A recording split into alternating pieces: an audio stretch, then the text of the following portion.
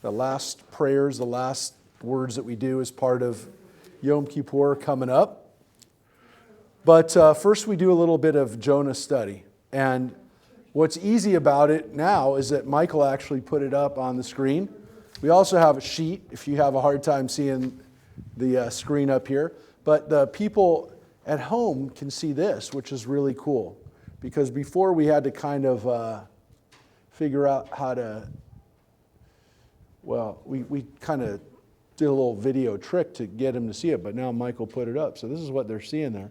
So as we go through it, you know, we're gonna scroll through. But yeah, this is the whole book of Jonah. It's 4 chapters. The chapter breaks aren't here, but I'll kind of alert you to where they are. But the chapters themselves were put on later on by Christian scholars because originally none of the Hebrew Bible had chapters and verses, which I know is kind of hard to imagine, but it didn't. And sometimes chapter and verse breaks make sense, and sometimes they don't quite make sense. But in this case, there is one specific chapter when we get to it that I'll point out when we go into chapter 2, which definitely is different, and some people say was actually maybe the original part of this book. Now, again, the background on Jonah, just to give you some, because there isn't any in the Bible, or at least in the book here. There's one reference to the prophet Jonah in the book of Kings, second part of Kings, second Kings section. There's a reference to Jonah, but it's a very limited reference. We believe it's the same Jonah. It could have been a different Jonah, but it seems to be the same Jonah, or at least referring to the same time. And one of the reasons why we think it's the same Jonah is because this story kind of begins like with the assumption that you already know who Jonah is. Because it just literally begins, and the word of the Lord came to Jonah. Those are the first words. So you kind of have to know who Jonah was. But that's the way the book begins. And what's interesting about that phrase is that it actually comes 2 times in the book. And again, I know it's weird to talk about a book that's only 4 chapters, but this is the way this is what we call it, a sefer, a book. And originally it was on a scroll anyways, all the prophets. And what's really cool about reading it this year, and it was also the case last year, because we just kind of, well, actually, no, we hadn't started it yet. We were in the books of the prophets, but we weren't in the actual prophets yet. So on our Tuesday morning, for those who are with us on Tuesday mornings, and there are several people here who are part of our Tuesday morning group, we actually are reading the Bible beyond the Torah. We call it beyond the Torah because we're not reading the 5 books, we're reading the parts that come after. The next section of the Bible is called the Book of Prophets, and it begins with historical books, Joshua, Judges, Samuel, Kings, and then it goes into the historical books, and then it goes into the actual prophets.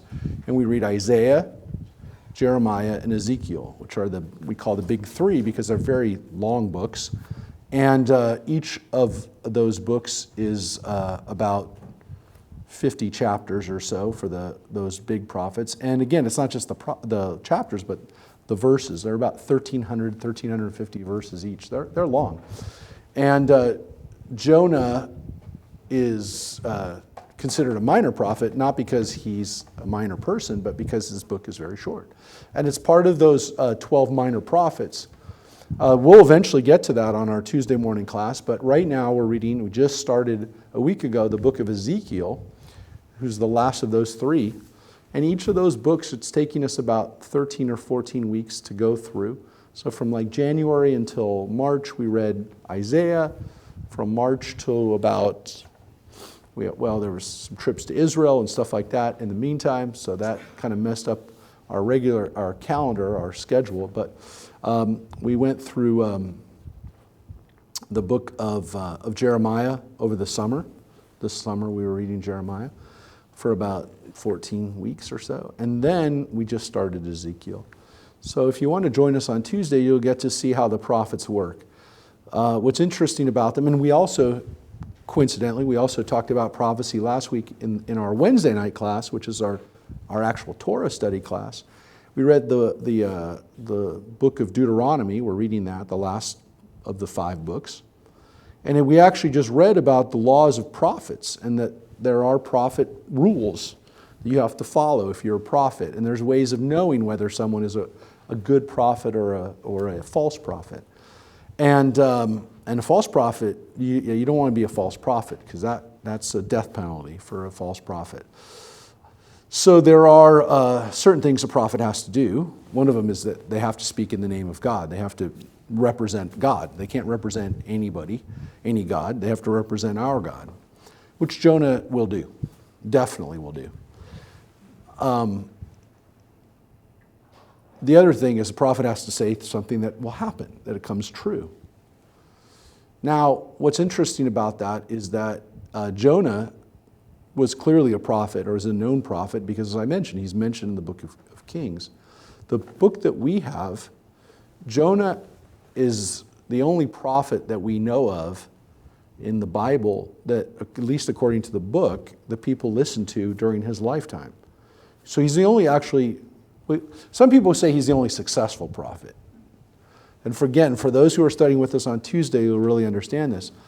We're not really sure how long the prophecies had before they had to come true, but they must have had to come true fairly soon after they were given, which is why, again, for people who are like, well, does it come true 700 years later, 500 years later?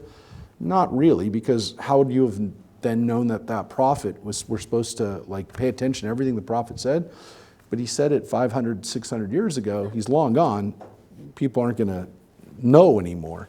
And they probably won't know what he even said because his prophecies will have been forgotten. So most of the prophets, it seemed like maybe they have a 10, 15, 20-year time period to lapse before you make that judgment. And so again, most of the prophets are going to tell everybody bad things are going to happen unless you change your way. And that's what Jonah does here. Everything that Jonah does, and I'm going to tell you because some of you have read it before and some of you, this is your first time reading it, but he's a prophet and you know that. You already know what he does. So let's take a look to see how he does it. And again, maybe I'm focused on a little bit more about that prophecy stuff because we're studying it every Tuesday. And so for me, and for those who are reading it right now, the prophets, we're kind of trying to think about what these guys did and what their lives were like. Because they don't seem like they're very easy lives. It doesn't seem like, especially with what we just read about Ezekiel, it's not an easy job to have. Because not only are you telling people things they don't want to hear, which doesn't probably make you super happy or popular, but sometimes God asks you and puts you into situations that really affect your personal life. We don't know anything about Jonah's personal life, as we're about to see. We usually take turns reading, so we're going to have to ask the people that are. Michael, yeah, Michael, do we have the? Will the wireless mic work on this for the reading?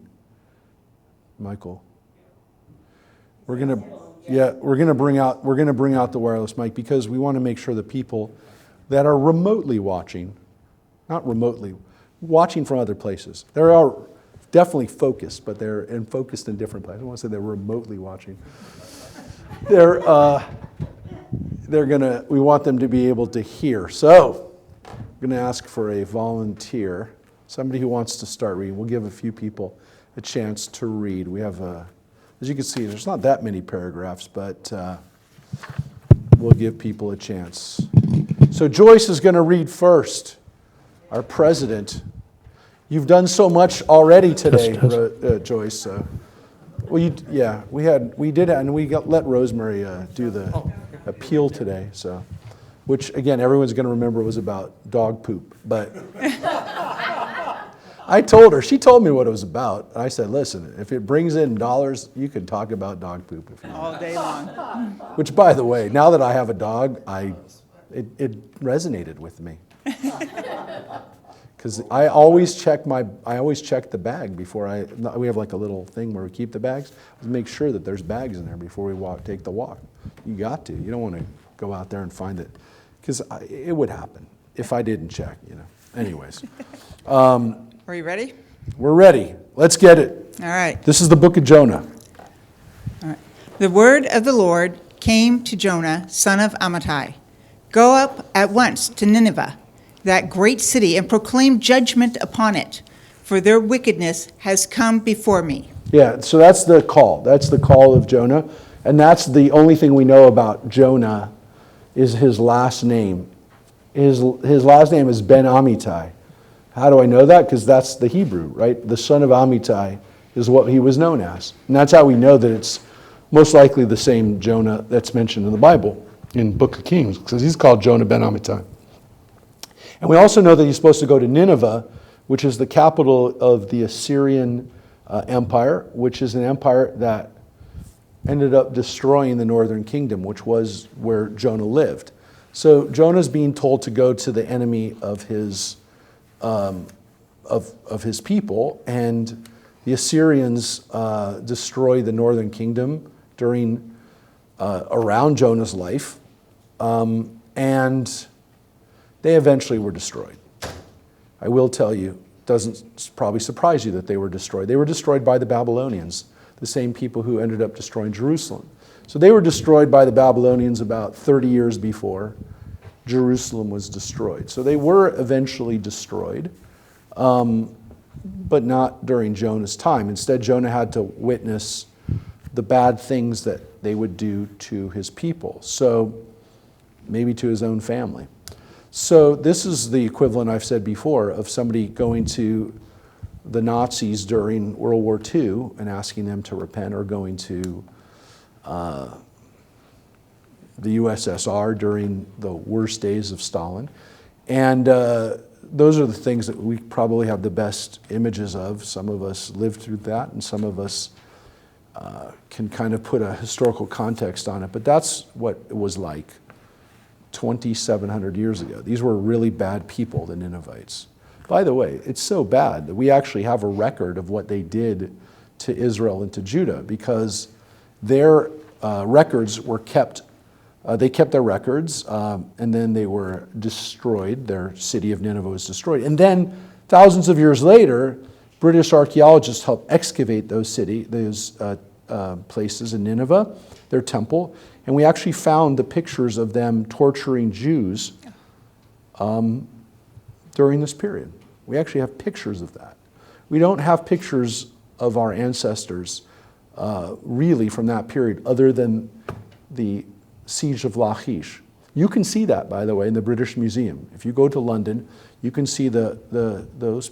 You can see them online because you can get a picture of it. But you can see what the Ninevites did to us.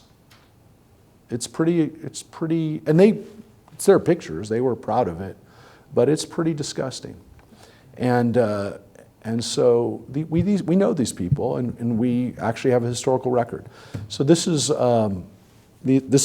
who he's told to go to, and that's pretty much all we know about him before. That's it, which is nothing. Okay. Want me to continue? Yep. Jonah, however, started out to flee to Tarshish from the Lord's service. He went down to Jaffa and found a ship going to Tarshish. He paid the fare and went aboard to sail with the others to Tarshish, away from the service of the Lord. Yep. And so, as you can see, he does not do what he's supposed to do. It says he flees from God's service. He went to Tarshish, or tried to go to Tarshish. We're not exactly sure where Tarshish is, so that's why in some commentaries you'll see notes saying that it's in Turkey and Asia Minor. Some people say that it's in Spain, completely on the other end of the world, but it's definitely in the opposite direction, and it is not where he was supposed to be going. So it says that he went to Jaffa, which is modern-day Tel Aviv. It's the place that he would have gone to go by sea, and where he was supposed to go, he wasn't supposed to go by sea.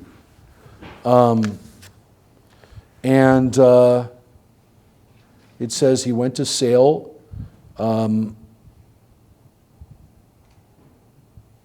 And it doesn't really tell us yet what it meant to go in a different direction, but we do know that his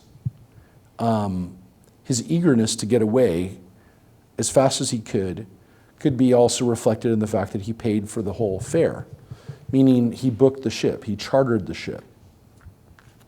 Because in the old days, you didn't just buy a ticket for a ship or a cruise, right? And you knew what day it was going to leave. It left when enough people paid for that journey, or the crew had some goods, some cargo that was going in that journey. But it says he paid for it.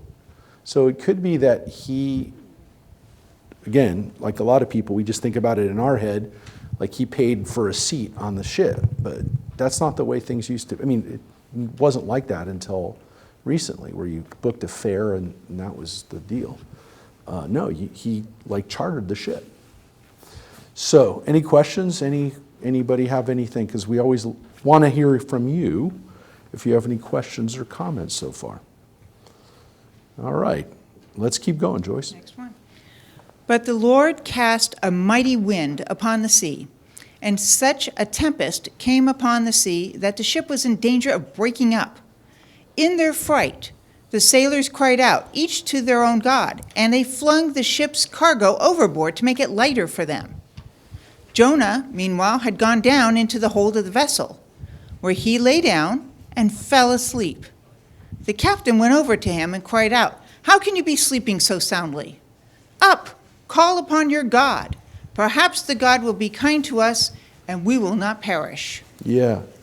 So in this case, the captain is kind of the hero of the story, in that he finds Jonah sleeping while this is all going on. And we've commented in the past, and people have pointed out, that Jonah seems to not care whether he lives or dies, right? And of course, if he lives or dies, also it seems as though everyone else is also going to live or die based on what he does. So we've talked about the fact in the past that he's suicidal, perhaps, and that he doesn't care whether he lives or dies. But what also is interesting about this, of course, is that he's responsible for everybody else on the ship, and he doesn't really care whether they live or die either. So Jonah is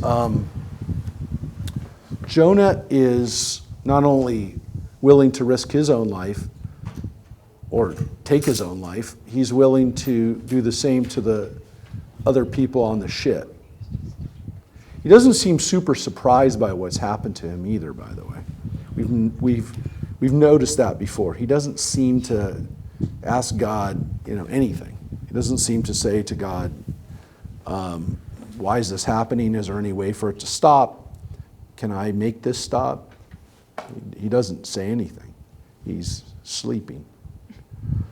And the word that's used here is not the normal sleep either, by the way. It's the kind of sleep that people don't normally wake up from. Not death sleeping, but very, very heavy sleeping. Not the normal kind of sleep that, again, just taking a nap. So he says to Jonah the same thing that God actually said to him, get up. Because at the very beginning it's translated as the word of the Lord came to him, go up. It's the same word in Hebrew, kum, get up. And now he says, get up and talk to God, talk to your God. Because of course he doesn't talk to our God. He doesn't seem to be an Israelite or a Jew. Any questions? Anybody want to comment on the third paragraph? All right. Well, Joyce, why don't you read one more paragraph? Sure. The men said to one another, let us cast lots and find out on whose account this misfortune has come upon us. They cast lots, and the lot fell on Jonah. They said to him, "Tell us, you who have brought this misfortune upon us, what is your business? Where have you come from? What is your country? And of what people are you?" "I am a Hebrew," he replied. "I worship the Lord, the God of heaven, who made both the sea and the land." The men were greatly terrified, and they asked him, "What have you done?" And when the men learned that he was fleeing from service of the Lord, for he had told them, they said to him, "What must we do to make the sea calm around us?" For the sea was growing more and more stormy. He answered, "Heave me overboard, and the sea will calm down for you. For I know that this terrible storm came upon you on my account." Nevertheless, the men rowed hard to regain the shore, but they could not, for the sea was growing more and more stormy about them. Then they cried out to the Lord, "Oh, please, Lord, do not let us perish on the account of this man's life. Do not hold us guilty of killing an innocent person. For you, O Lord, by your will have brought this about."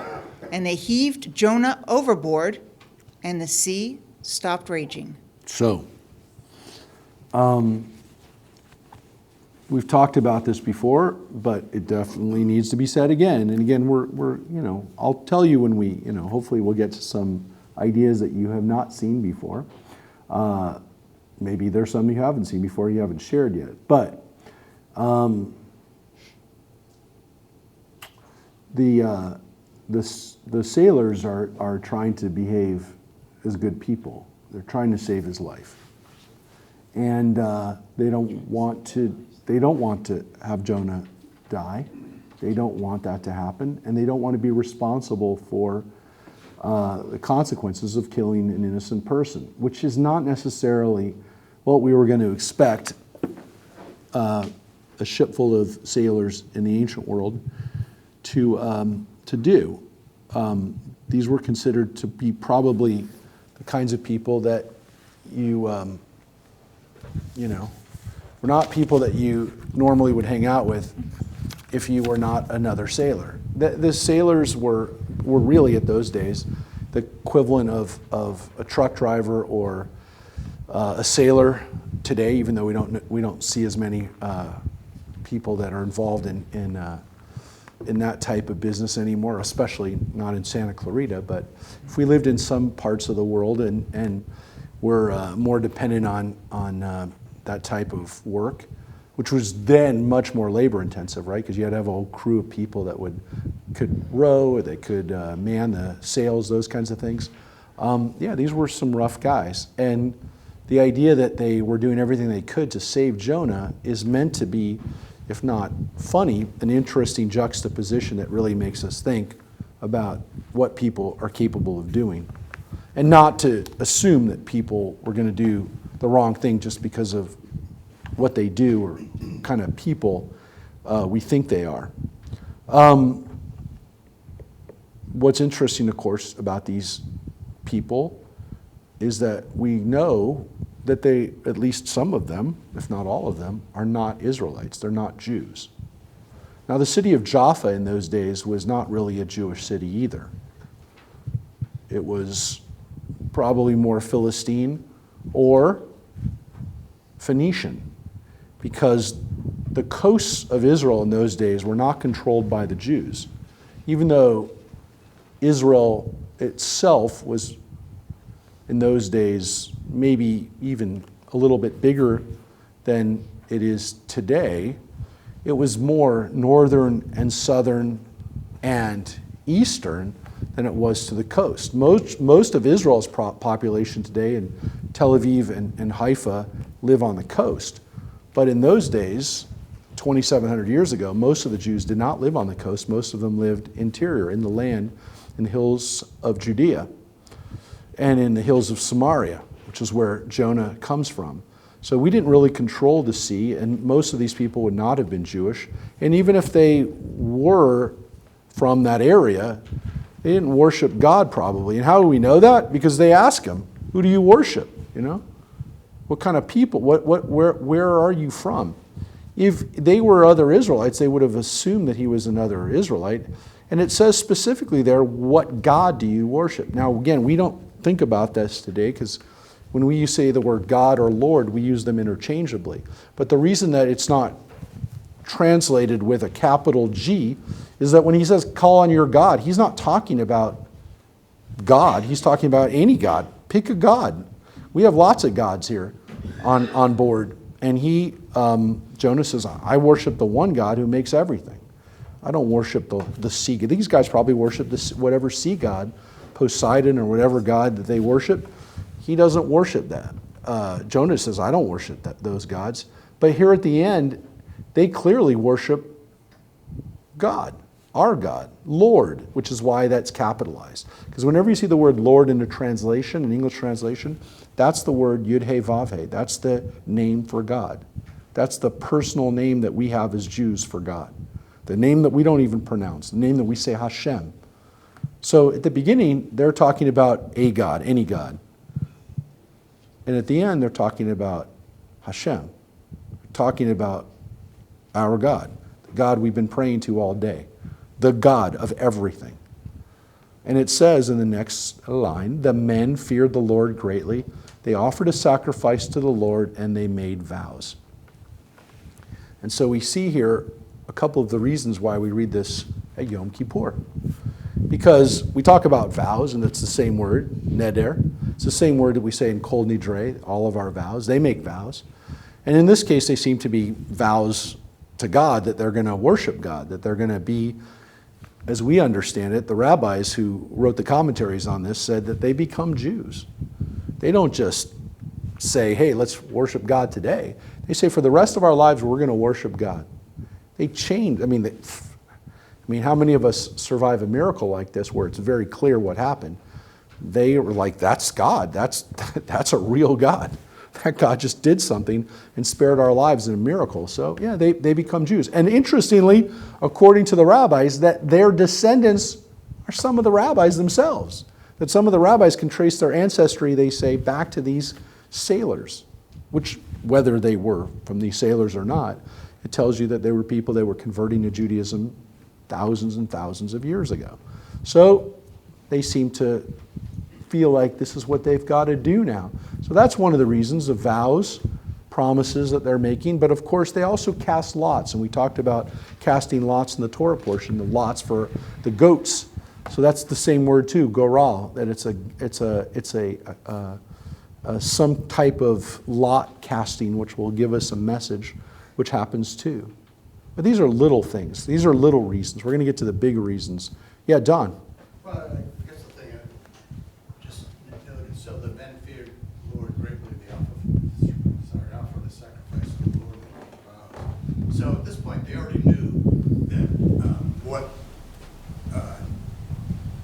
Jonah was asking for, hey, throw me overboard, and that you're doing what you're supposed to do. But they didn't really see the effect of that until after they threw him on. Now they see, okay, it's calmed down. Hey, there really is something to this. I mean, there's an obvious cause and effect. Yep. That they let Jonah back in to the water. They don't have him on the boat. Job done, and therefore we're going to go ahead and sacrifice to God. So, but of course, in our usual lives, there isn't such an obvious cause and effect. And of course, I think that's a part of what Yom Kippur is about. We don't necessarily say, hey, if we atone or we don't, that it's going to solve the problem or fix it. But is that kind of the thing that is more common in Egypt? That show me something like an earthquake or a calming of the sea or whatever. Yeah. Well, Don, you just gave the end of the story. But it's all right. No, it's all right. No. I mean, no, he didn't give the end of the story. But I think he gave the actual the punchline to some extent, which is again why we read this, right? Why we read this today, which is they actually see a cause and effect. So we all want to see that. We're hoping for that. We're probably not going to know necessarily right away, which is why I said the prophets, they don't know right away, but we want to see it in some due time, good time. We'll see the answer. But yeah, Don, This is about God doing something.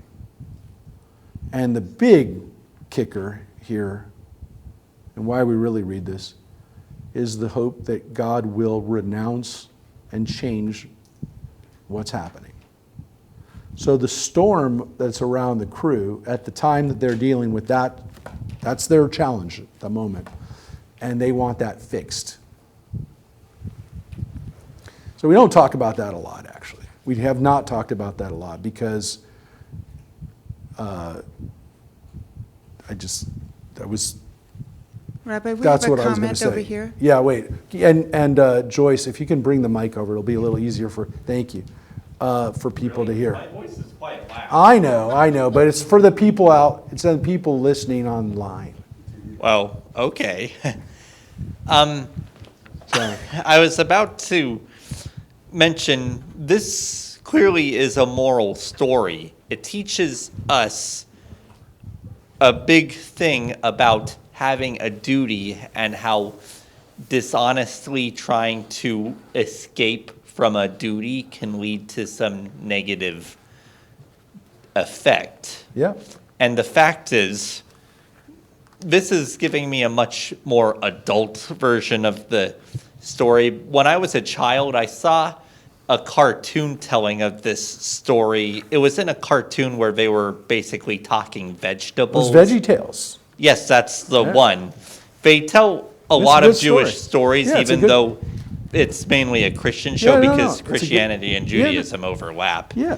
And they basically put it in such a way where they included the dramatic effects of the kid show aspects, where the veggie playing Jonah was told to go one place. He requested for a boat to take him another. And of course, the storm happened. And it was because maybe it's God's way of saying someone is not doing a job he was given. Like when you go to work, you're given a job. You deliberately do something that prevents the job from being done. The boss will write you up. Okay, but let me ask you a question, though. You said something important, that you knew this story as a kid. This is actually a story that kids, for some reason, we tell them because it has a big fish, a whale, whatever. There's Pinocchio connections, all that stuff.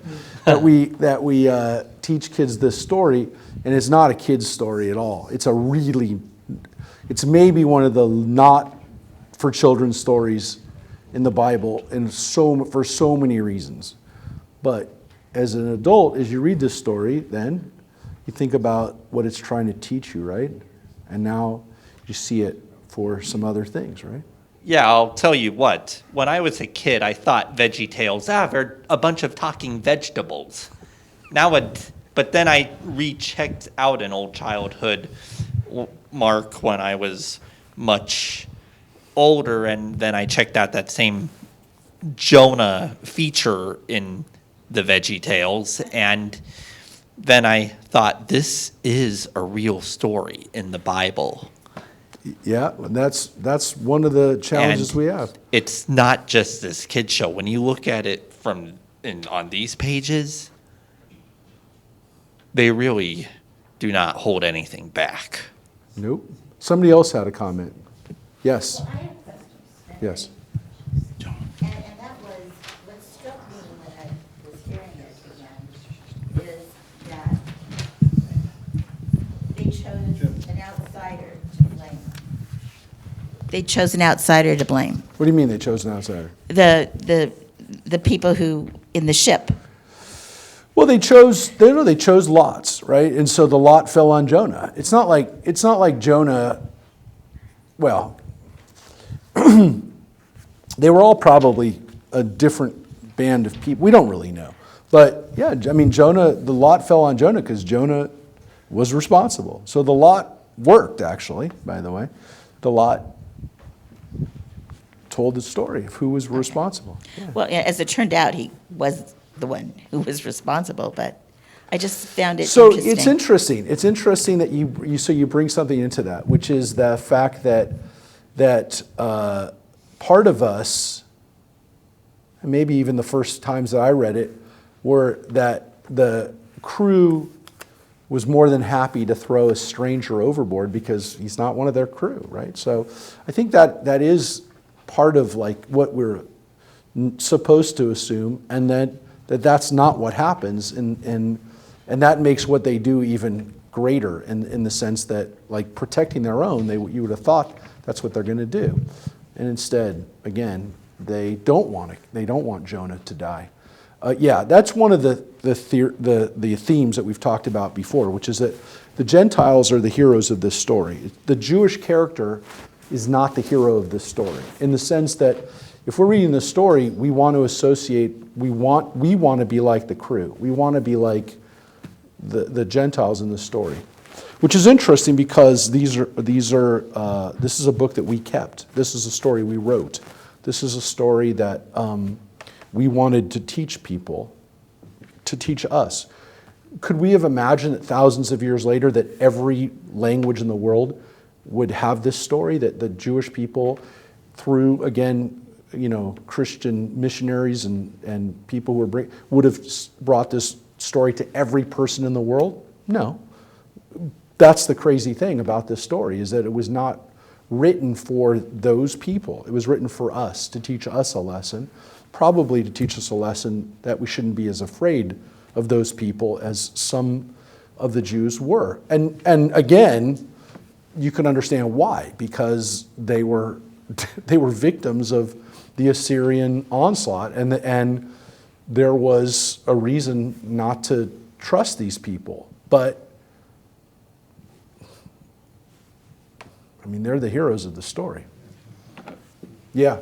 Well, yeah, I had also a question about this line about heave me overboard and the sea will calm down for you, for I know that this terrible storm came upon you on my account. Does he really know that? I mean, does he know the sea will calm down, or does he just want to die? Does he just want to be thrown overboard? That's a good question, too. Does he really even care at that point? Well, we don't know. We don't know whether he thinks that this is going to for sure do it, but at least it's a possibility. I mean, he's giving them an out. And again, they don't want to do it. That's the amazing thing is they say, no, let's try to row harder. So he tells them, and that's when they decide they want to row harder, right? It's only after it gets worse that they have no choice. And that's when they do it. So if it just said, what do I do? And they said, throw me in, then you'd go, oh, okay, well. But the fact that they tried to get out shows. Get out of what he was supposed to do. What? Isn't that one way for him to get out of? Oh, by dying? Ask them to do Yeah. it? That's right. Yeah, but he doesn't. Die and He doesn't. I don't have to do it. Yeah, but they don't do that. Don. Well, the other element, I think, just looking at this is, it seems like at this point, they're newly acquired belief in God, because you say, well, this is God's making this happen and he can correct it, was tied to doing the right thing. Because they could have just said, okay, God said, or Jonah said, or whatever, do the right thing. Hey, let's get this guy out of there. But they was obviously very reluctant to do that. They were still trying to, row to shore and anything they could avoid. So it wasn't like, okay, somebody told us we could do it, we're good. The heck with them, threw them right in. So, But that just accentuates their heroism. It shows you how noble they are. Because if they were just following God's order, then what they could do is toss him in and go, hey, God, you're doing, God.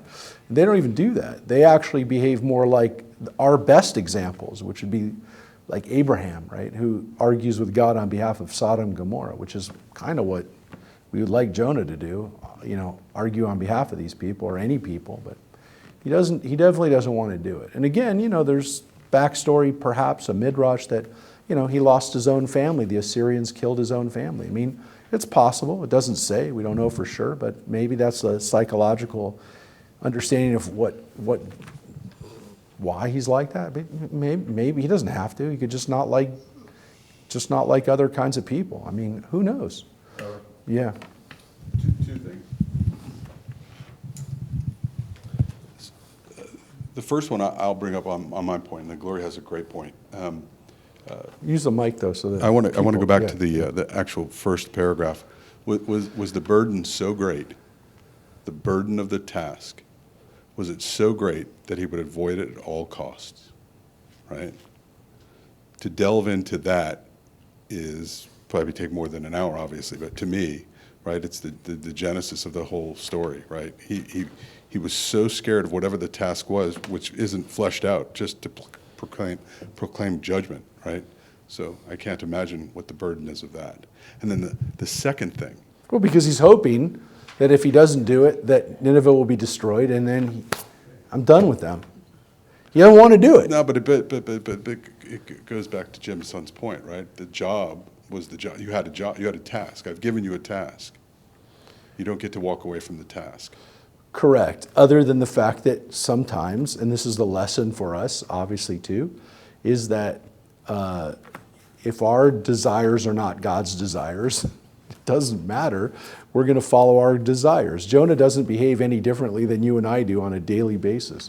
Only because we know what we're supposed to do, and we don't do it. So Jonah, for the most part, look, some people say we're supposed to be like the Gentile folks in this story, which is, I think they're more of a foil, of a cartoon. The bigger issue is being, that we're in reality we're like Jonah. So you can't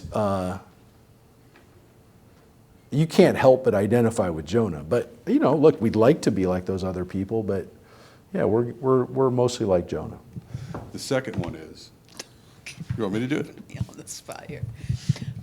No, just my response, somebody had said, how did he get picked? But I was just saying, God knows everything. So he knew in advance that they would pick Jonah as the fault. There was no randomness. Who knew? God, Oh, the lot would fall on Jonah? of course. Well, yeah, but that begs the question, God would have known the whole thing was happening, everything was going to happen, right? So the whole thing is going to be God's doing. But yeah, that Because the is story continues. Yeah, but again, it gets to the end, which is that there is this understanding that we're actually hoping that God will change what the plan was. So that's what I said was Don's kind of, the hope is that something we do, which then again begs the question, did God plan to renounce the punishment in the first place? But there seems to be an understanding in this story, which is that people have to do something to get God to renounce the punishment. God, you can look at it like, well, yeah, but it's all been planned out. But clearly there's, and this is the weird thing about it, folks, there is an understanding in this book, in the story, and in other parts of the Bible, it's not just here, that God changes his mind, or its mind. I won't say his, but God's mind changes. That's a really important idea, that God actually says, well, could be this way or it could be that way, but it's up to you which way, which one's going to be. And this is kind of maybe the biggest understanding about fate in Judaism, which is that, and we will read it in the Pirkei Avot, in the sections of the Talmud at some point, that we say that free will is given even as there is a fate, a destiny for everything. So there is this understanding that both free will and fate exist. And this story might be a little bit about that. And of course, that's what Yom Kippur itself is about, hoping that whatever has been determined, there might be a change, that God will renounce the decree. Yes. Well, I think it's kind of interesting that there's two stories that are told on the Jewish holidays. One is Abraham listening to God, and this one is Jonah who runs away from it. It's a very good point, right? We think about Abraham at Rosh Hashanah, and we read the Akedah, the binding of Isaac, and he goes about and does exactly what God tells him to do, and of course then God sees that he's listening and he's going to be a good listener. But what's interesting about that story, too, is that the previous story, right before that story in chapter 18 and 19, that's the story of Sodom and Gomorrah. That's the story of God telling Abraham, I'm going to destroy these cities, and then he argues for him, which is even more of a difference to what Jonah does. That's where God says to him, you can't destroy Sodom and Gomorrah. Maybe there's some nice people there. That's the thing that's missing from Jonah, right? Jonah never says that. And obviously God wants him to say it. God would probably like him even just to do the thing that he asks him to do, because then that'll stop it from happening. And it's actually the same. When we get to the line, I'll show it to you. We're actually going to see that line from Sodom and Gomorrah. Yes. Joe. Perhaps, I'm thinking, events have been predetermined. But our free will comes in how we choose to react to that event. That's possible. But there also seems to be another level that maybe we can get God to not do something that seems like it's going to happen. So we'll get to that line too, I hope. We will. So let's get to the line. Let's have a new reader. Who's going to read? You want to read, Jim? Sure. You got the mic. So I do. this is the part that everybody knows. This is the part that's why we read it, why we have kids read this story in a weird way. Yeah. Okay, the Lord provided a huge fish to swallow Jonah, and Jonah remained in the fish's belly 3 days and 3 nights. Jonah prayed to the Lord his God from the belly of the fish. He said, in my trouble I called to the Lord, and he answered me. From the belly of Sheol I cried out, and you heard my voice. You cast me into the depths, into the heart of the sea. The floods engulfed me. All your breakers and billows swept over me. I thought I was driven away out of your sight. Would I ever gaze again upon your holy temple? The waters closed in over me. The deep engulfed me. Weeds twined around my head. I sank to the base of the mountains. The bars of the earth closed upon me forever. Yet you brought my life up from the pit, O Lord my God. When my life was ebbing away, I called the Lord to mind, and my prayer came before you into your holy temple. They who cling to empty folly forsake their own welfare. But I, with loud thanksgiving, will sacrifice to you. What I have vowed I will perform. Deliverance is the Lord's. Yeah, and so we think that this chapter, chapter 2, was actually the oldest part of this story, and that the narrative might have been written around it, because this is all in the first person. This is Jonah, kind of almost sounds like a psalm. It actually sounds like a lot of the psalms that we have. Praying to God, being at the temple, which we don't know that necessarily was a guy from the northern kingdom would have been his main issue anyways, but whatever, we have this story. It doesn't, this psalm, the song of Jonah, it doesn't say anywhere here that he's actually in the belly of a fish, but it does say that he calls for him from a pit, and he seems to be very low. Some people say it's more of a spiritual depths that he's calling from rather than a physical space, but he does talk about physical spaces. He's referring to physical spaces, so this is why we think that again, people see this as the kind of thing that Jonah would have said in a situation like this. And of course, it then says he is going to be, he's thankful, and he will do what he vowed, which is not exactly what happens, but he's going to do what he's supposed to do. And he says to God inside the belly, I'll do it. And then it says, any comments or questions about that? That's pretty much, that's all of chapter 2. Chapter 3 begins right now. Randy. Okay, different spin on it. Okay, God wants him to do something. He takes a ship. I'm not going to do it. Gets on a ship to get away. He sleeps to try and avoid it. And then the last one is, he says, throw me overboard. Yeah. So the three things, I'll repeat. He leaves on a ship. God asks him to do something. Leaves on a ship. I'm not doing it. Leaves on the ship. He sleeps through it all. And then he says, throw me overboard, and that way he can get out of it. But then the God says, you're not getting out of it. And, then he realizes, well, I've tried 3 times to get out of it, I guess I have to do it. Or I want to do it now. It's like, okay, I guess I have to do it. Well, it's interesting because you could say that this is where he's at now. But it also seems, and it's a possibility, at least from the narrative side, not from what he just said, but from what happened, is that the fish prevents him from doing what he wanted to do, which is kill himself. So the fish actually saved him against his will. Yeah. So to follow up what you're saying is, God won't even let him take his own life. Right. He says, you're not getting out of what I want you to do. So it's the equivalent of like jumping off a building and then all of a sudden there's like a big air mattress underneath there that stopped you from killing yourself. And you're like, really? God, I can't even kill myself. That's what the equivalent would be. So he's realizing that there is no going out of it. But again, he seems to, at least by the psalm, he seems to be ready. Well, let's take a look. Do you want to read the 3rd chapter? Since you have the mic? Okay. Here's the sheet. Here. We're going to help you out there. We're in the... The Lord commanded, Yeah. right there, okay. The Lord commanded the fish, and it spewed Jonah out upon dry land. The word of the Lord came to Jonah a second time.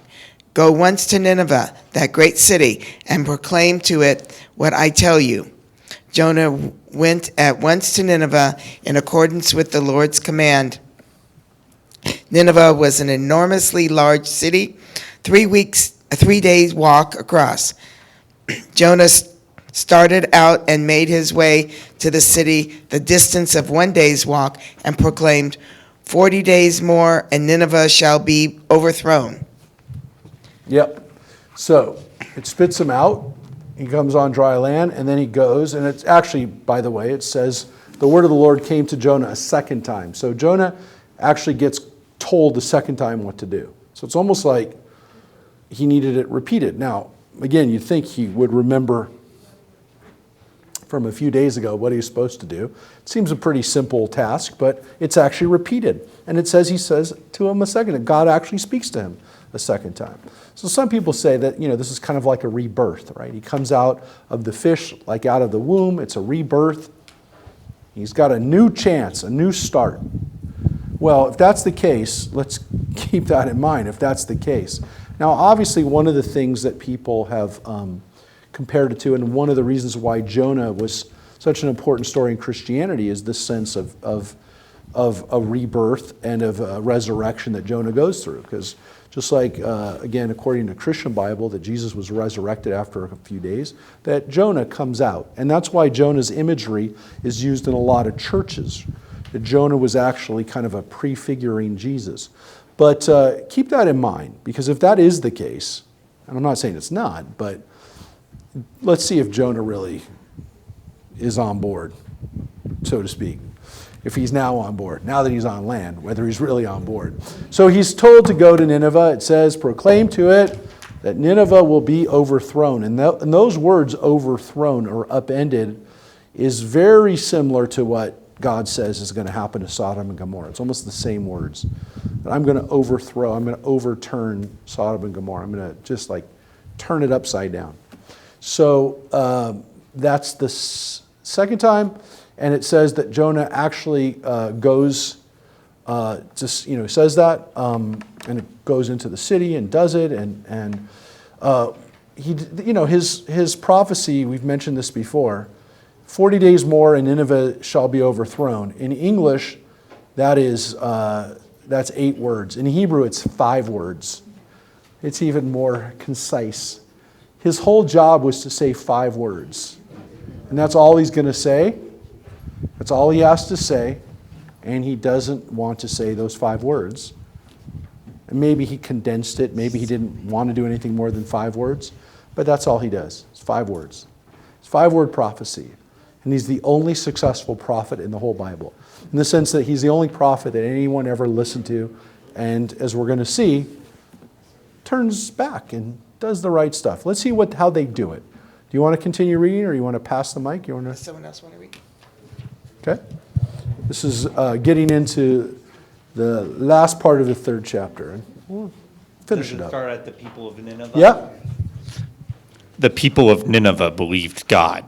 They proclaimed a fast, and great and small alike put on the sackcloth. When the news reached the king of Nineveh, he rose from his throne, took off his robe, put on the sackcloth, and sat in ashes. And he had the word cried through Nineveh.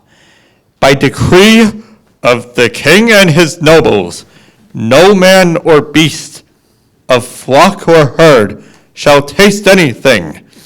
They shall not gaze, and they shall not drink water. They shall be covered with sackcloth, man and beast, and shall cry mightily to the God. Let everyone turn back from his evil ways and from the injustice of which he is guilty. Who knows but that God may turn and relent? He may turn back from his wrath so that we do not perish. God saw what they did. Wait a second. That was very good as the king. So that's all the king, right? That's a lot. The king says a lot more than Jonah does to the people. And of course, it has to be a royal decree. And this is another one of the reasons why we read this today. Because the people of Nineveh fasted, right? They fasted. Everybody fasted.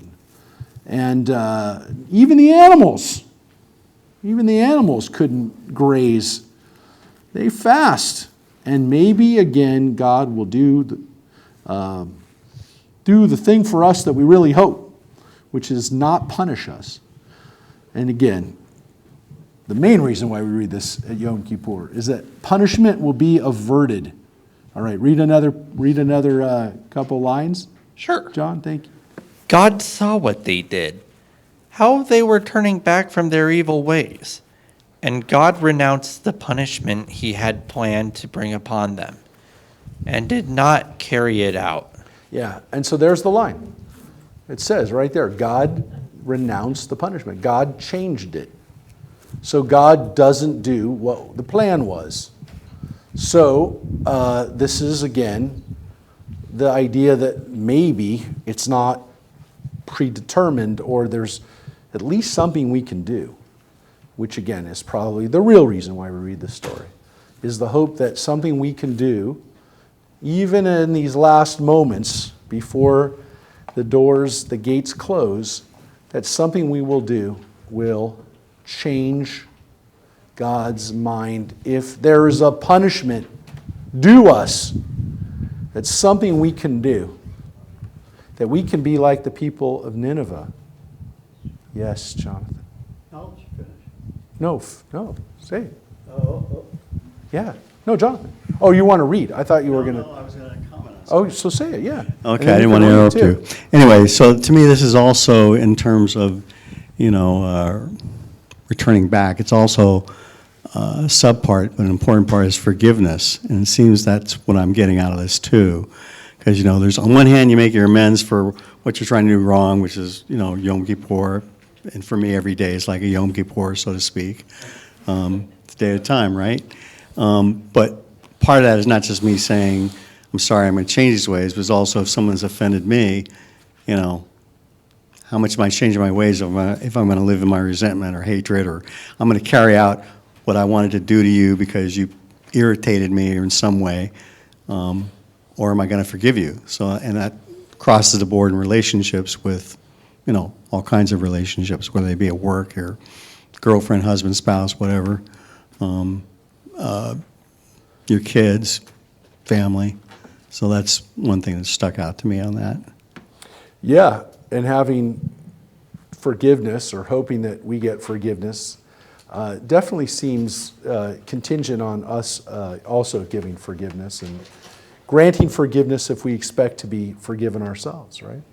So that's a very important idea, and one that Jonah seems to, at least the book of Jonah, if Jonah doesn't get it, we're supposed to get it by reading about his story. Don. Yeah, so kind of a paradox, or maybe I'm just reading more. Don, hold on. Wait, here, Don. Here's the mic. So the people of Nineveh, who you'd kind of think, well, these people didn't really even have a belief in God. After all, they were the ones who were giving the Hebrews a hard time, or why would they be getting this commandment for God? They just said, yeah, we'll do whatever we need to do, right down to, our animals and everything, to change their ways.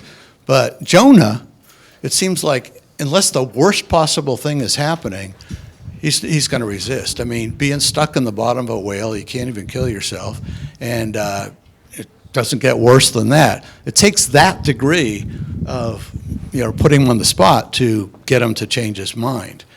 And I know it's going to twist later, so... No, so you're right, and so why don't you read that, by the way? What you don't want to finish that point, though, but yes, you know what's going to come. Mm-hmm. You're going to read it, actually. Uh-oh. Okay. because Jonah's successful. Jonah got the people to listen. The people did not carry it out, and here's what happens. Okay. Some write God saw what they did, or... No, this displeased. Oh, yeah, let's see. Where am I? Oh, okay, we'll move forward. So this displeased Jonah greatly, and he was grieved. He prayed to the Lord, saying, "Oh, Lord, isn't this just what I said when I was still in my own country? That's why I fled beforehand to Tarshish. For I know that you're a compassionate and gracious God, slow to anger, abounding in kindness, renouncing punishment. Please, Lord, take my life, for I would rather die than live." The Lord replied, "Are you that deeply grieved?" Yeah, and so the book actually tells us why Jonah didn't want to do it in the first place. I mean, we can speculate and we could say maybe even the Bible doesn't even tell us the full story. We have to come to that conclusion about why he didn't want to do it. And again, maybe why it was so bad for him. Maybe the Ninevites killed his own family. Whatever the reason is, the Bible actually tells us that he did not want this to happen. He did not want them to be forgiven, which of course is a really important idea, which is that we sometimes don't want people to find forgiveness, either from us or from anybody. We don't want to see people change their ways. We want to see people go down, and that is definitely what Jonah says right here. I wanted these people to go down. I wanted them to be punished. I knew you were capable of doing this, God, and I didn't want you to do it. I didn't want you to forgive them. I didn't want them to be saved. I wanted them to be destroyed. Now, if Jonah is a person who, like most Israelites, hates the Ninevites, why not? I mean, everything he does, and by the way, that's why what he does to some extent would be considered, maybe by us, heroic. God, if I die, then you're going to kill all the people of Nineveh. And I want those people dead. That's why the story is so powerful, is that Jonah, our association with Jonah is so deep that if we really are honest about it, we want this guy to do what he's doing. Like, we're rooting for Jonah. I am sometimes. Sometimes I'm rooting for Jonah. Well, if I'm really honest, I'm rooting for Jonah every time I read this story. Because I don't want Nineveh to be spared. Because if Nineveh is spared, they're going to do what we know they're going to do, which is destroy the Jewish people. Thousands of Jews are going to die because of this. That's the problem. So it's that question of, do you kill baby Hitler? Right? Seriously, it's one of those paradoxes or whatever, those thought questions, we ask ourselves, can you do that? Can you stop the evil from happening? And that's really the consequence of this. If you really want to know, like, what we'd think about today, that's kind of the thing we'd think about. Can you close the door? The smells of food are wafting in. Thank you. So there's no need for that. There's no need to make it worse. All right, so anybody else? Don, we're going to finish up with this. This is the last part of this book. So this is, Don, if you'd finish up. Yep. Yeah, sure. Now Jonah had left the city and found a place east of the city. He made a booth there and sat under it in the shade until he should see what happened to the city. The Lord God provided a gourd which grew up over Jonah to provide shade for his head and save him from discomfort. Well, Jonah was very happy about the plant. But the next day, at dawn, God provided a worm which attacked the plant so that it withered. And when the sun rose, God provided a sultry east wind. The sun beat down on Jonah's head, and he became faint. He begged for death, saying, "I would rather die than live." Then God said to Jonah, "Are you so deeply grieved about the plant?" "Yes," he replied, "so deeply that I want to die." And the Lord said, "You cared about the plant, which you did not work for, and which you did not grow, which appeared overnight and perished overnight. And should I not I care about Nineveh, that great city, in which there are more than 120,000 persons who do not yet know their right hand from their left, and many beasts as well?" Yeah. So the 120,000 people is not 120,000 adults. It's 120,000 assumedly young children. And so the reality is that if Nineveh dies, if Nineveh gets the full God treatment, they're going to be like Sodom and Gomorrah, and they're done, including all the children, including all the beasts. And God says, look, even if these people are responsible, even if these people are going to do what they're going to do, and what the weird thing is those kids that are going to be saved are going to be the same kids who are going to be part of the Assyrian army that's going to go and destroy the northern kingdom. But they're still, at this moment, kids. And God says, I can't not care about this. I can't give them a chance. I have to give them a chance. I have to let them do something. So that's the point of this story. And it's this part of this story that literally gets us. And as the Torah scrolls come in right now, we're going to ask everyone to rise. I'm going to plan it better. Thank you.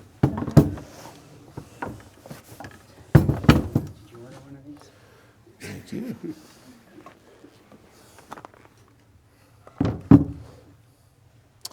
And again, as we finish the book of Jonah and transition into Ne'ilah, I just want to tell everybody again, this story, to get us ready for these last moments, these last prayers that we just are about to say. And again, as Rick and Addie, again, invite them up here on the bema. I want to thank everybody who studied Jonah with us. It's a perfect segue to tell you that one of the next things we're actually going to do is after Sukkot, is we have our celebration of life service, where we have a service with our animals, we bless our pets. Because this story actually ends with a really important line too, which is something we're actually going to read in our Torah class on Wednesday night, which is that God cares about animals. God doesn't want us to destroy things. It's a concept called Bal Tashchit, where we try not to destroy things, including all forms of life. And so we will have our celebration of life here in this room in about, outside, but at our place in about 2 weeks. A chance for us to bless our animals and remember those animals that we've had who've died over the years as well. So again, thank you everybody for being a part of this Torah study, and we're going to continue to study Torah throughout the year, throughout the days ahead. And again, thank you for everyone who participated and who read for us. And we're going to begin with the Ne'ilah prayers, which, you know what? We have to pass out the Machzorim. Sorry, I did not remind people that we're going to be in the Machzors. I also, again, we ran a little bit late. And also, folks, some of the songs are on the song sheets for Yom Kippur, the ones that say Gamar Chatimah. So we want to pass those out too.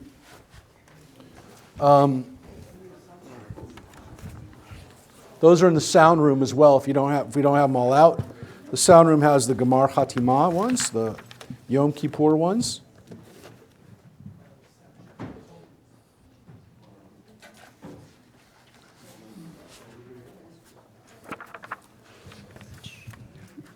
Testing. Check, check.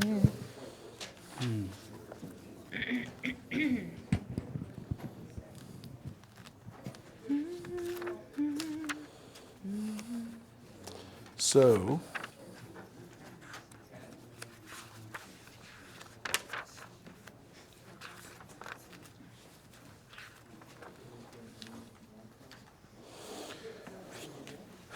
if you turn to page 101 in the Machzor,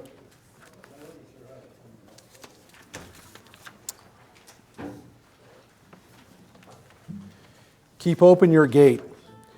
Day softly tiptoes out through the western horizon. Soon night will encompass my heart to bring the shadows of fear and uncertainty.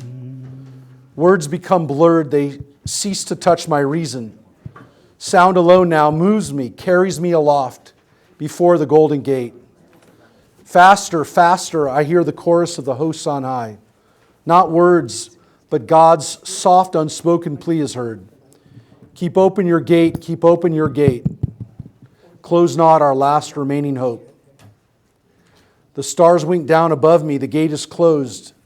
As I turn to walk the lonely path of another year, I've ceased to pray, the shofar calls, and end a ne'ilah.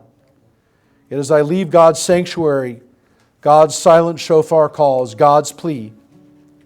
Keep open your gates, for mine are never closed.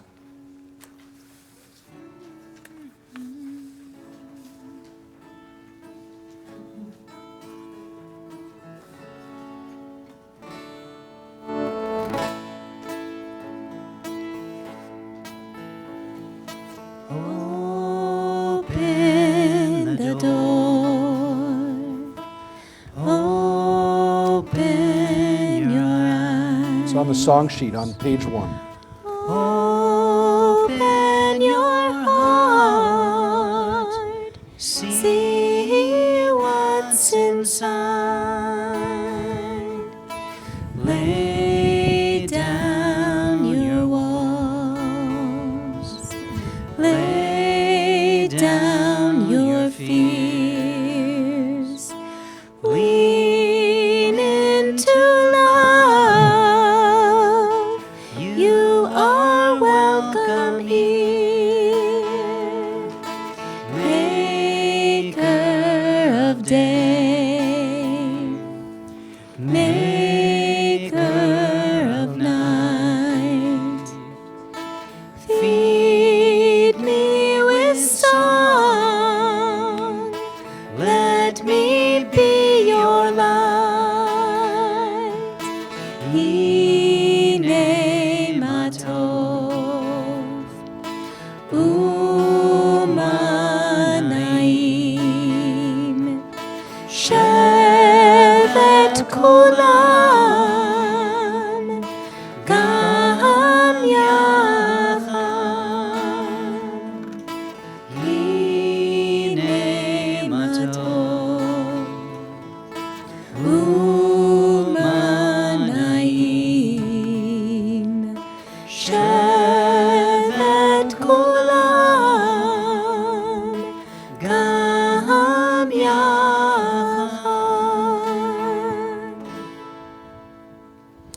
And we turn back in the Machzor to the Chatzi Kaddish. The Ne'ilah service is essentially an Amidah, the final Amidah of the high holidays. It includes the insertions that we only do at this time of year, and again for the last time of this year. On page 10, the Chatzi Kaddish. Yitkadav yikadash shemei rabba, v'amad yivrach yirtei v'amlich malchutei, v'chayechon uv'yomechon, uv'chayedecho beit Yisrael, ba'gala, ba'gala, uv'izman kariv, v'yimaru, amen. Yehi shmei rabba mevorach, Le'olam alal me'amaya. Yitbarach v'yishtabach v'yitpa'ar v'yitromam v'yitnaseh v'yitadar v'yitalel v'yitalal shemei dekudesha brichu leila min kol birchata v'shirata tushbechata v'nechemata damiram b'yama v'yimaru. Amen. If you turn back onto the song sheet on page 2 of the song sheet, the song that we did earlier, part of our kavanah before we enter into the Amidah, open up our eyes. Open up our eyes, teach us how to live. Fill our hearts with joy and all the love you have to give. Gather us in peace as you lead us to your name, and we will know that you are one, and we will know that you are one. Open up our eyes, teach us how to live. Fill our hearts with joy and all the love you have to give. Gather us in peace as you lead us to your name, and we will know that you are one, and we will know that you are one. As we turn to page 33 for the Amidah for the final time, this high holiday period, with the Zochreinu insertion, the words that remind us of this book of life, the final seal, these last moments. Baruch atah Adonai Eloheinu Velohei avotenu v'imotenu, Elohei Avraham Elohei Yitzchak Elohei Yaakov Elohei Sarah Elohei Rivka Elohei Leah Elohei Rachel Ha'el Hagadol Hagibor B'Hanorah El Elyon Gomel Chasadim Tovim Vekonei Hakol V'zocher Chazdei Avot Ve'imahot Umevi Geula Livnei V'nehem Leman Shemo Be'ahava.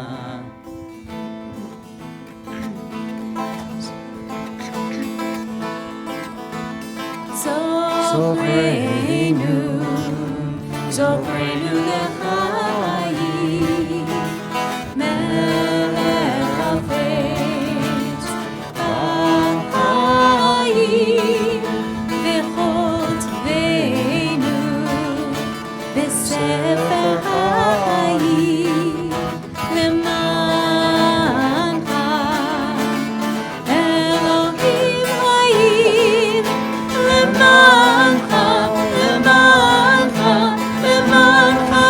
Elohim, lemancha Elohim chaim, lemancha Elohim, lemancha Elohim chaim.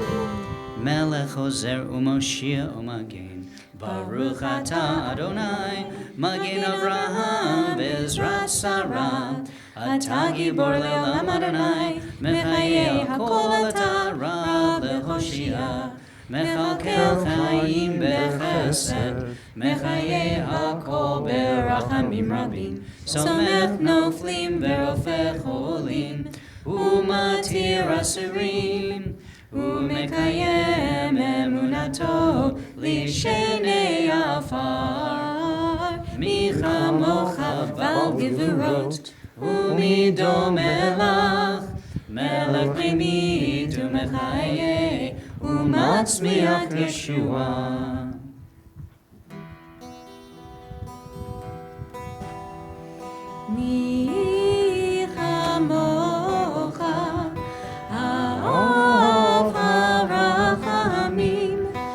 Zocher Yitzurah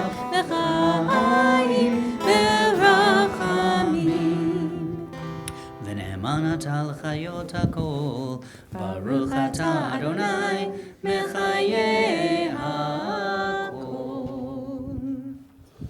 As we turn ahead to page 102, Patach lanu sha'ar, bet nilat sha'ar, kifana yom, hayom yifne, hashemesh yavo v'yifne, navoa sha'arecha, ana elna, sana, salachna, machalna, chamalna, rachemna, kaperna, kevosh, chet v'avon. As we read responsively on page 102, open the gate. Open for us the gates of righteousness. Open the gates, open them wide.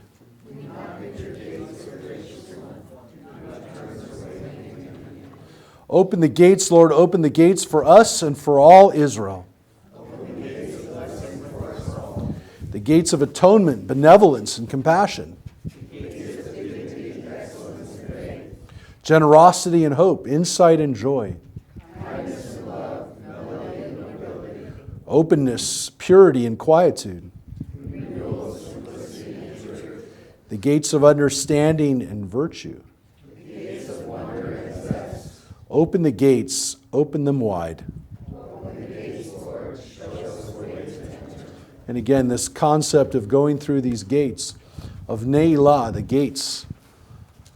On page 103, for the last time, as we go through the gates, Avinu Malkeinu, and we'll read responsively in English the alternate lines of Avinu Malkeinu of this translation.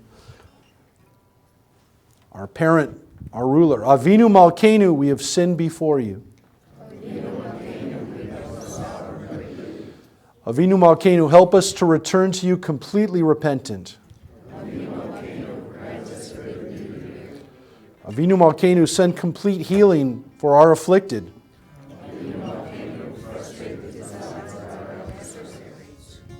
Avinu Malkeinu, remember us favorably. Avinu Malkeinu, seal us in the book of redemption. Avinu Malkeinu, seal us in the book of merit. Avinu Malkeinu, hasten our deliverance. Avinu Malkeinu, hear us, pity us, and spare us.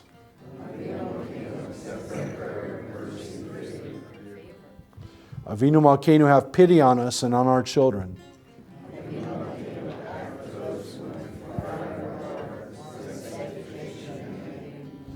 Avinu Malkeinu, act for your sake, if not for ours.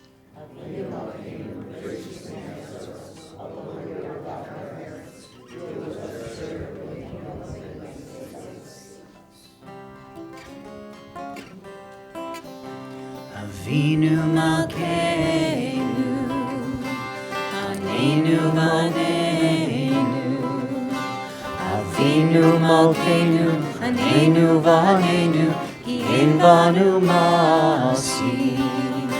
Aseh Imanu, Tzedaka v'chesed. Aseh Imanu, Tzedaka v'chesed, v'hoshienu. Avinu Malkeinu, Chanenu v'anenu. Avinu Malkeinu, Chanenu v'anenu, ki ein banu masi.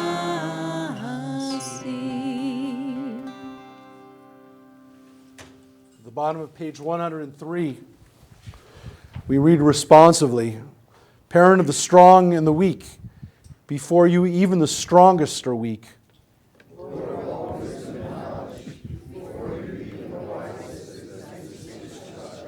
You fill the heavens with your majesty, and yet reveal yourself in a lowly bush.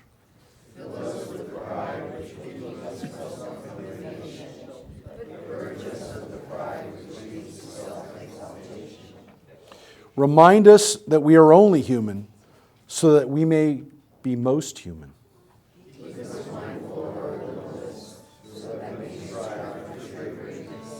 Help us to see how dependent we are upon you and upon one another.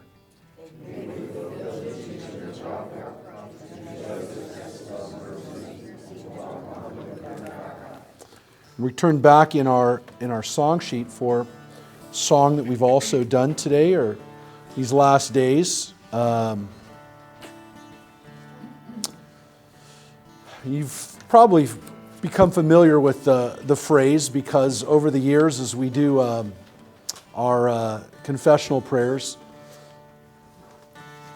the Al Kulam at the bottom of page 2 is one of the most famous, and it reminds us again all the things that we're asking for forgiveness. Take a moment to think about what you're personally really hoping to be forgiven for. And again, as we read in the book of Jonah,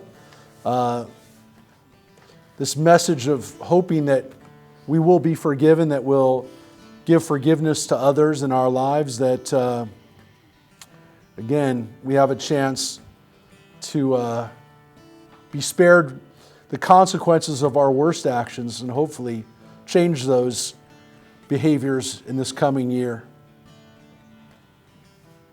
The Al Kulam at the bottom of page 2. Ve'al kulam Elohai slichot slach lanu mechalanu kaper lanu. For all of these we ask one thing of you. Forgive us, return us, grant us life anew. Ve'al kulam Elohai slichot slach lanu mechalanu kaper lanu.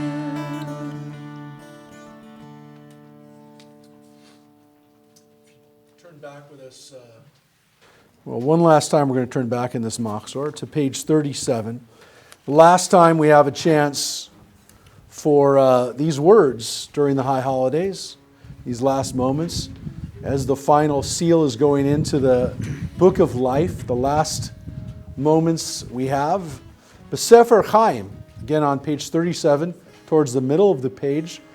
So we ask to be written, sealed now in the book of life and blessing, peace and prosperity. May we and all your people, the house of Israel, be inscribed for a good and peaceful life. בספר חיים ברכה ושלום ופרנסה טובה ניזכר ונחתם לפניך אנחנו וכל עמך בית ישראל לחיים טובים לחיים טובים ולשלום. ברוך אתה אדוני עושה השלום.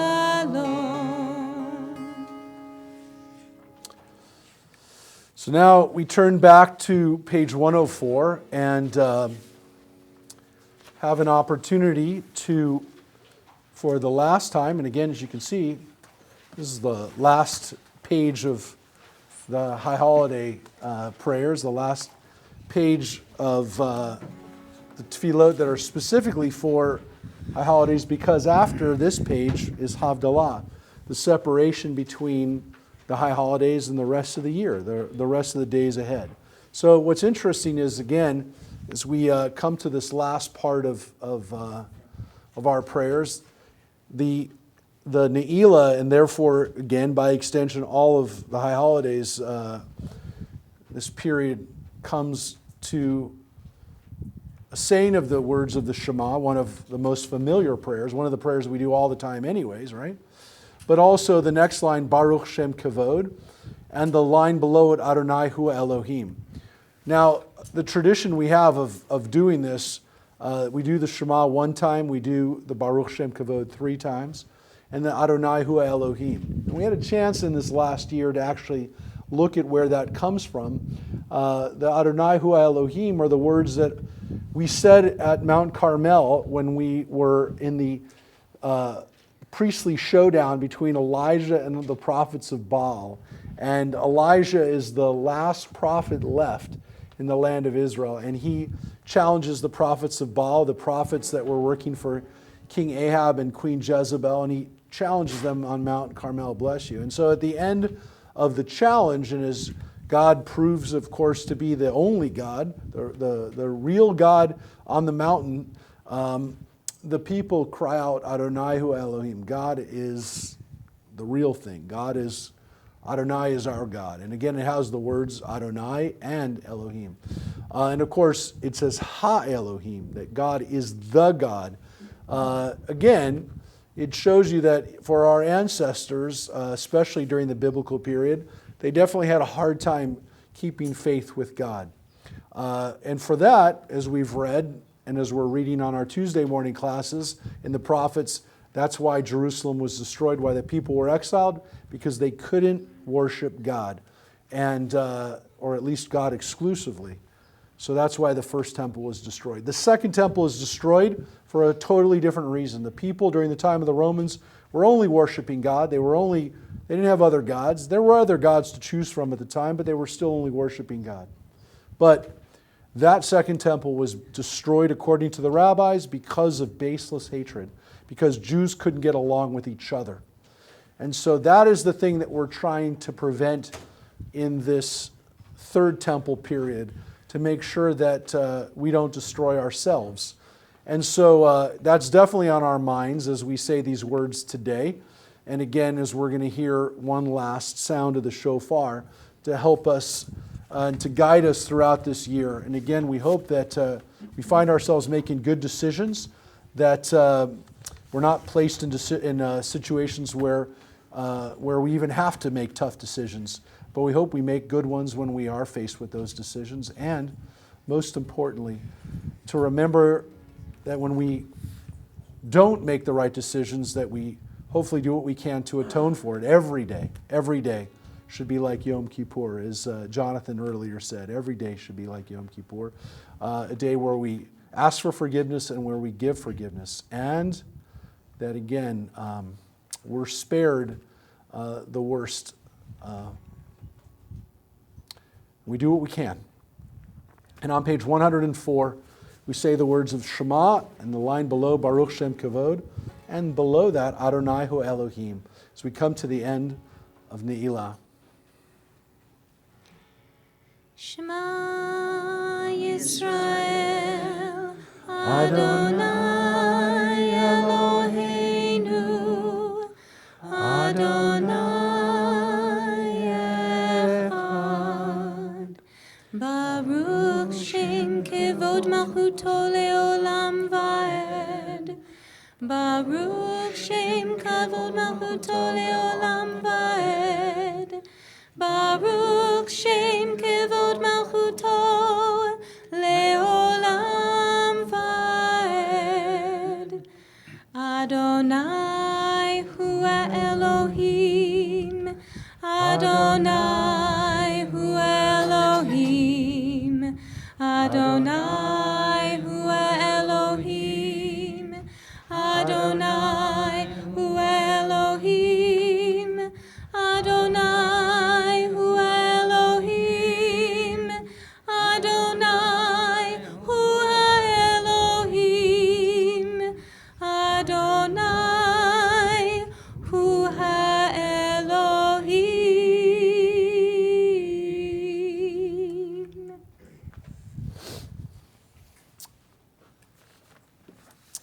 So as we come to this moment, and as we hear the last sound of the shofar, and again, Addie is going to be blowing the shofar. She has not publicly blown the shofar, maybe ever. But she did play the trumpet in school. In like a class. In a class. And so we're going to hear the last sound of the shofar, and again, to give us this sound. And again, we want her to be relaxed. There's not a lot of pressure on you. But as we hear this sound of the shofar, give heed to the sound of the shofar, the long, persistent call of the shofar, summoning the household of Israel to do God's will with devotion. Remember the sound of the shofar, the blast that is blown, O my people. Tekiah Gedolah.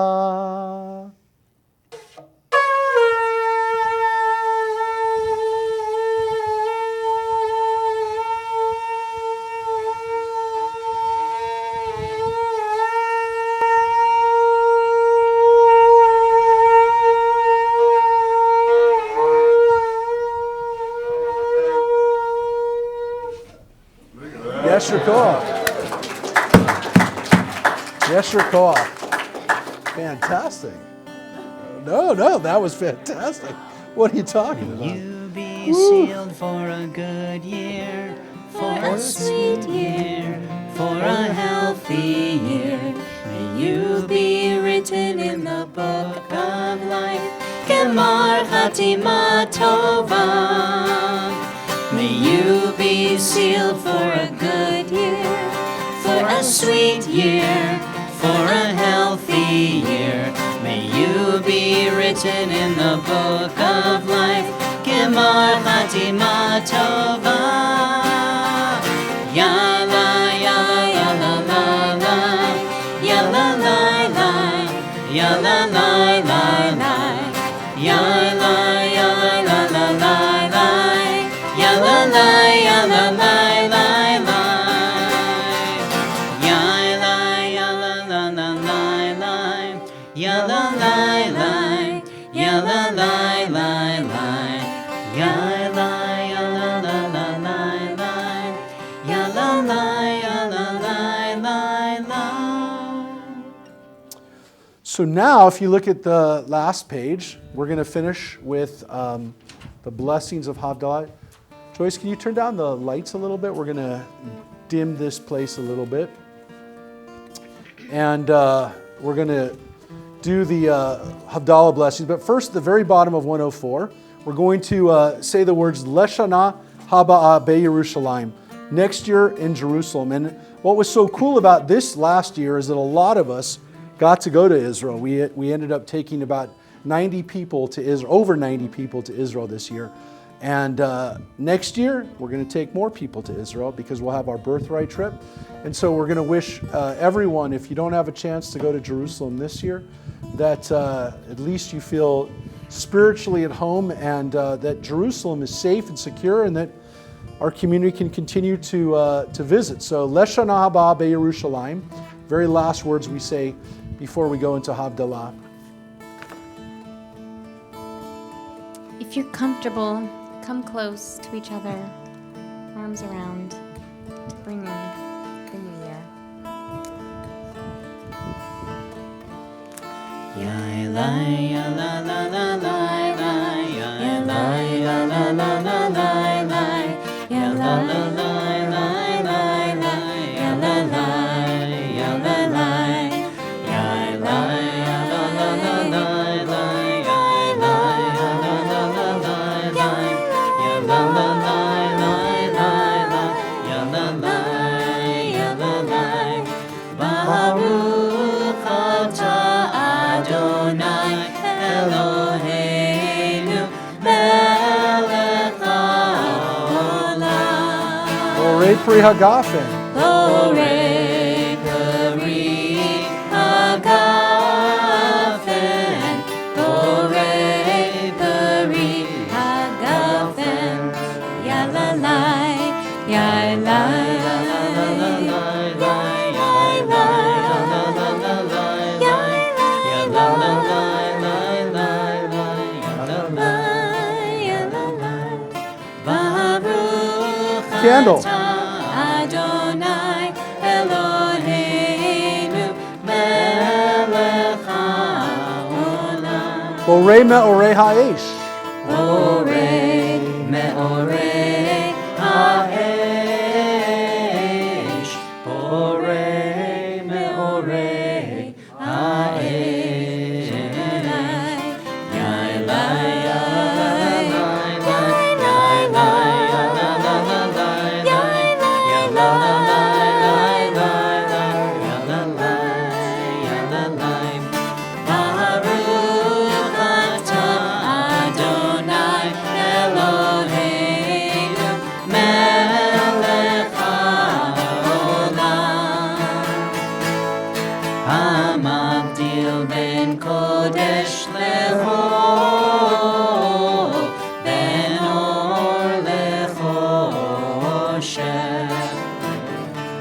Ben Yisrael Ami, Ben Yom Hashvi'i, Kesheshet Yemei HaMaaseh.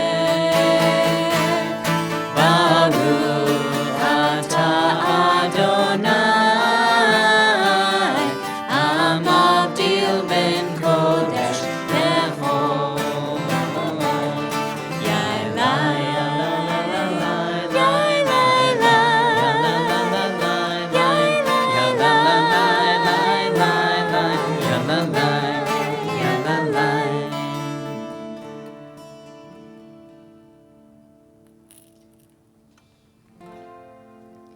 Shavua Tov, Shavua Tov, Shavua Tov, Shavua Tov, Shavua Tov, Shavua Tov, Shavua Tov, Shavua Tov. A good week, a week of peace. May gladness reign and joy increase. A good week, a week of peace. May gladness reign and joy increase. Shana Tova, Shana Tova, Shana Tova, Shana Tova, Shana Tova, Shana Tova, Shana Tova, Shana Tova. A good year, a year of peace. May gladness reign and joy increase. A good year, a year of peace. May gladness reign and joy increase. Eliyahu Hanavi, Eliyahu Hatishbi, Eliyahu, Eliyahu, Eliyahu Hagiladi, Bimhera beyameinu, Ya'avo eleinu, Imoshiach ben David, Imoshiach ben David. Eliyahu Hanavi, Eliyahu Hatishbi, Eliyahu, Eliyahu, Eliyahu Hagiladi. Shana Tova again. Everybody, please stay with us. Be with us next time we're here for prayer with Rick and Addie will be Friday in the sukkah outside. And we're going to go outside to eat in the sukkah. We want to thank Neely Skillet for bringing the special break fast tonight. So thank you, guys, and good luck. Mazal Tov in advance to Haiti, who's very much pregnant today. So she's due and expecting, and we are wishing great things for the family coming up. So thank you again, everybody, for being here. Thank you, Rick and Addie, and thank you, Addie, for blowing shofar so beautifully. Excellent. Yeshar koach. Lishana Tova, Lishana Tova, Tika Tibu Okay, Motzi. We're doing that right here? Yeah. Okay. Baruch atah Adonai, Eloheinu melech haolam, hamotzi lechem min haaretz, Shana Tova.